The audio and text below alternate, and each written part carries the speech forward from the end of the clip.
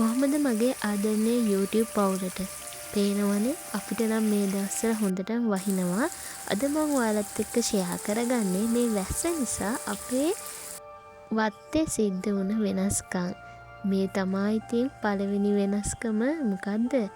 මල් ඇවිත් තියෙනවා, මල් පිපිලා තියෙනවා මේ දවස්වල මේ වැස්ස නිසා. මේ තියෙන්නේ කැලණිතිස්ස මල්. හරිම ලස්සන පරිසරයක් තමයි අපේ ගෙවත්ත වටේටම නිර්මාණය වෙලා තියෙන්නේ. මොකද අපිට කාලයක් වියලි කාලේ තිබ්බා. හොඳටම වේලිලා තිබ්බේ ගස් කොළන් පවා. හැබැයි වැස්ස නිසා මේ බලන්නකො හරිම ලස්සන විදිහට පරිසරය වෙනස් වෙලා තියෙනවා. ඔය තියෙන්නේ බේබි රෝස.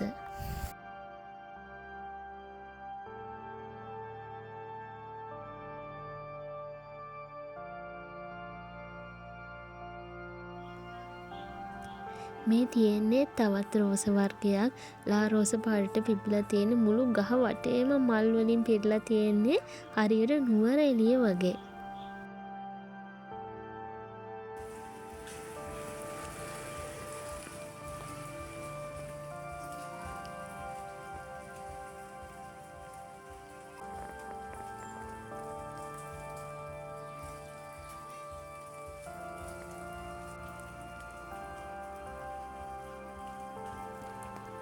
මේ තියෙන්නේ රතු පාට බාබන්ඩේසියා වර්ගයක්.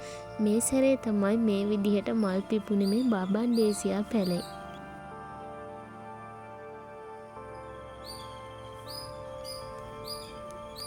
මේ තියෙන්නේ අටපෙතියා. මේ පැලවලට නම් ගොඩක් කල්. හැබැයි මල් පිපුණේ දැන් තමයි වැස්සත් එක්ක. හැදුවේ නම් පොකුරු අටපෙතියා. හැබැයි පිපුණේ ওই විදිහේ හැඩයට තමයි. හැමෝම ආස රතු රෝස තමයි ඔය තියෙන්නේ. අපේ ගෙදර ලොකුවට නම් මල් නෑ. මොකද වියලි කාලේ වැඩි හින්දා මල් හැදුවත් ආයෙත් මැරෙනවා. හැබැයි වැස්සත් එක්ක ආයෙත් පිපෙන මල් තමයි ඔය. මේ තියෙන්නේ වද జాතියක්. ලොකු වද జాතියක් ලා රෝස පාට.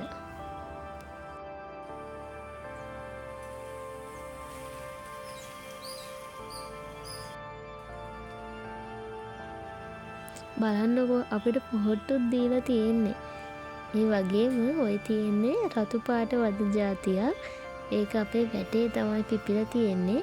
වැස්සේ තෙත බරිත වෙලා තියෙන්නේ මේ මල් ඔක්කොම. හරියට අපි සීතල ආවහම අපි ගුලි වෙන්නේ ඒ වගේ මලුත් ගුලි වෙලා තියෙන්නේ. ඔන්න ඉතින් තවත් චූටි රෝස මලක් තමයි ඔය තියෙන්නේ. මේ මල් ජාතියේ නම දන්නේ. හැබැයි ගහ පුරාම පිපෙනවා. වැහි කාලෙට හරිම ලස්සනයි. මේ තියෙන්නේ ඒකේ අනිත් ජාතිය. මම නම් කියන්නේ රත්මල් කියලා. මේ මල් ගහේ මල් පිරෙන්න මල් හැදෙනවා. අපිට මල් විතරක් නෙවෙයි වැස්ස ඉතින් මේ වගේ එළවලුත් ලබා දෙනවා. බලන්නකො ගහ පොඩි වුණාට හැම තැනම ගෙඩි පළදාව නම් තියෙනවා. මදි නොකියන්න.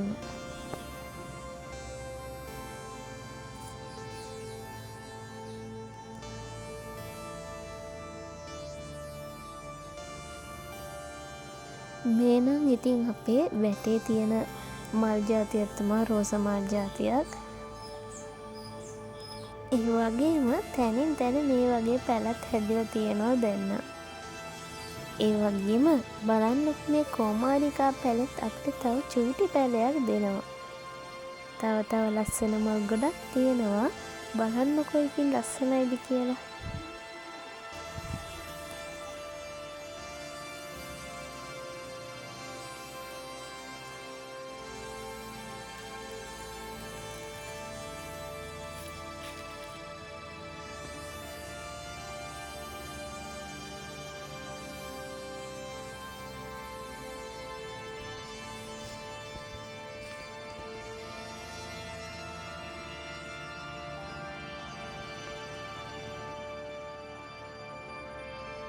මේ තියෙන්නේ කනේරු මල් ජාතියක්. ඒ වගේ මේ පුංචි නංගියා ඒවත් හැදිලා තියෙනවා. ලස්සනට මල් දෙන්න තමයි මේ පැල සූදානම් වෙන්නේ දැන්.